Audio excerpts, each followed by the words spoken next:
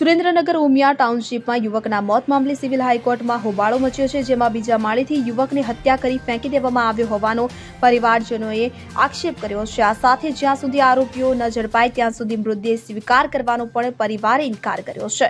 મળતી માહિતી મુજબ ચંદન પરમાર નામના 34 વર્ષના યુવકનું શંકાસ્પદ મોત થયું છે। જણાવવામાં આવી રહ્યું છે કે મિત્રની જન્મદિવસની પાર્ટીની ઉજવણીમાં યુવકને રાજકોટથી બોલાવવામાં આવ્યો હતો। મિત્રોએ દારૂની મહેફિલ માણી, ત્યારબાદ મામલો બગડતા હાજર લોકો યુવકને માર મારી અને હત્યા કરી નીચે ફેંકી દીધો હોવાનો આક્ષેપ કરવામાં આવ્યો છે। ઘટનાને પગલે પોલીસ પણ ઘટના સ્થળે આવી પહોંચી છે અને પોલીસે તપાસ હાથ ધરી હતી। ત્યારે પોલીસને ઘટના સ્થળેથી ખાલી દારૂની બોટલો અને ગ્લાસ મળી આવ્યા છે, જે બાદ પોલીસે આ મામલે વધુ તપાસ હાથ ધરી છે।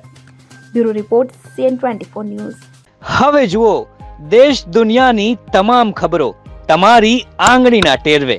ઉઠાવો મોબાઈલ અને Google Play Store પરથી ડાઉનલોડ કરો અમારી CN24 ન્યૂઝ મોબાઈલ એપ।